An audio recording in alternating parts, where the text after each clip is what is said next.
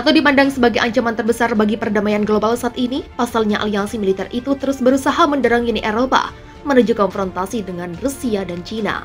NATO juga berusaha menghancurkan zona penyangga dengan memaksa negara-negara netral untuk memihak dalam konfrontasi itu. Pandangan tersebut diungkapkan oleh anggota Parlemen Eropa asal Prancis, Harf Juvin, kepada Katnor Berita Tas Senin 27 Juni.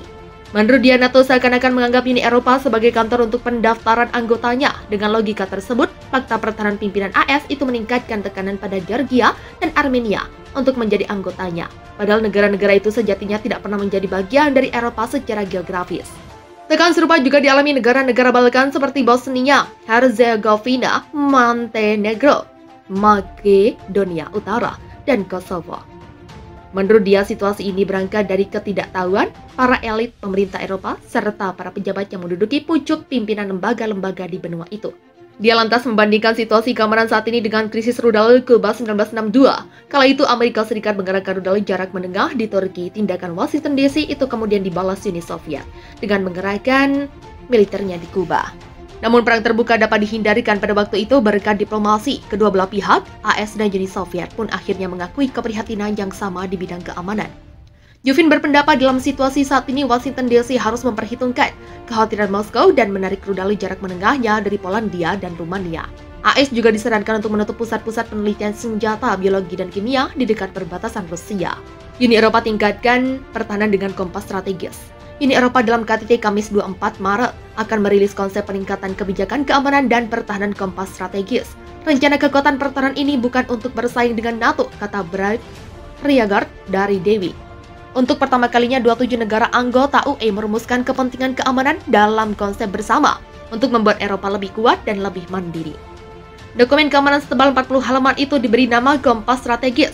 Hal-hal yang diidentifikasi sebagai ancaman utama bagi Eropa secara khusus adalah Rusia dengan perang agresi yang sedang berlangsung terhadap Ukraina, konflik di Georgia dan Moldova, dan peranan Belarus yang otoriter. Diikuti oleh tema Cina, situasi yang tidak stabil di Balkan Barat, terorisme Islam di wilayah Sahel Afrika, konflik regional di Timur Tengah, dan Arktik, Indo-Pasifik, dan Amerika Latin. Selain itu, ada ancaman dari dunia maya dan luar angkasa, sengatan listrik untuk NATO. 3 tahun lalu ketika gagasan untuk kompas strategis sedang digembar-gemborkan oleh diplomat UE, Prancis, dan Jerman, Presiden Amerika Serikat Donald Trump masih berkuasa di Gedung Putih dan Presiden Prancis Emmanuel Macron dengan ucapannya yang terkenal menyatakan NATO aliansi militer barat mati otak. Sekarang situasi di Eropa telah berubah secara radikal. Presiden Macron mengatakan Rusia telah memberi kami peringatan. Saya selalu menganggap kami membutuhkan klarifikasi strategis dan kami sedang dalam proses mendapatkannya, katanya.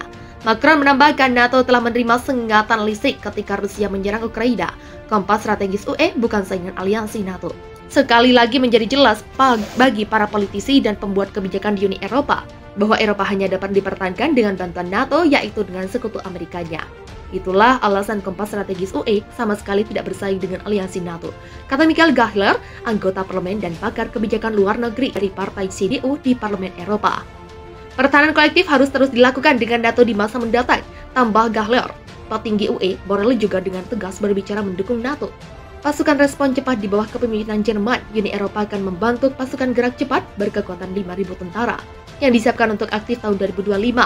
Jerman sudah setuju untuk menyediakan pasukan inti untuk 12 bulan pertama. Rencana penempatan itu meminta pasukan dari beberapa negara UE untuk dirotasi, yang berarti mereka tidak akan ditempatkan sebagai satu unit di satu lokasi. Sebaliknya, dia mengatakan yang dibutuhkan adalah unit permanen 5.000 tentara yang melakukan latihan militer bersama, ditempatkan secara permanen dan dapat dikerahkan sebagai kekuatan pertahanan bersama. Mengambil contoh dari Bosnia, pakar kebijakan luar negeri Gahler mencontohkan operasi independen oleh Uni Eropa, misalnya di Bosnia Herzegovina, jika pemimpin Serbia Bosnia yang pro-Rusia Milorad Dodik ingin meninggalkan negara Bosnia Herzegovina dan menyempal dengan Republik Serbianya. UE dapat melakukan intervensi, NATO mungkin tidak bisa, katanya, karena Presiden Turki Recep Tayyip Erdogan punya ide lain untuk masa depan negara Bosnia Herzegovina. Contoh lainnya Mali. Contoh kedua dapat melibatkan evakuasi pasukan atau warga Eropa di Afghanistan, penarikan barat yang tergesa-gesa musim panas lalu. Menunjukkan penarikan itu tidak akan berhasil tanpa AS, dan bahwa UE jelas tidak dapat bertindak sendiri. Misi UE dan Prancis saat ini dikerahkan melawan milisi teroris di Mali, negara di Afrika Barat bekas jajahan Prancis. Paris ingin mengakhiri keterlibatannya tentaranya di negara itu pada Juni mendatang karena perselisihan dengan junta militer yang berkuasa di sana.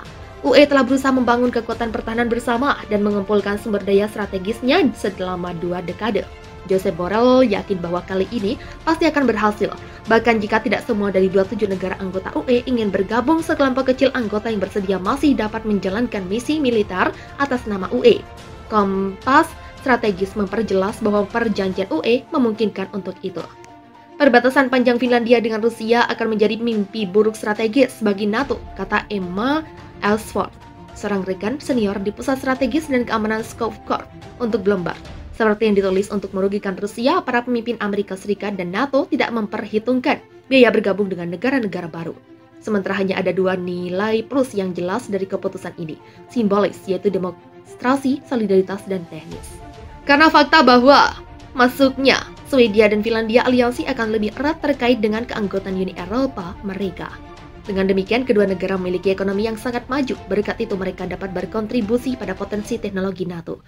Dan secara militer mereka lebih kuat daripada banyak negara Eropa lainnya. Untuk pertama kalinya, 27 negara anggota UE merumuskan kepentingan keamanan dalam konsep bersama untuk membuat Eropa lebih kuat dan lebih mandiri. Dokumen keamanan setebal 40 halaman itu diberi nama Kompas Strategis. Hal-hal yang diidentifikasi sebagai ancaman utama bagi Eropa secara khusus adalah Rusia dengan perang agresi yang sedang berlangsung terhadap Ukraina, konflik di Georgia dan Moldova, dan peranan Belarus yang otoriter.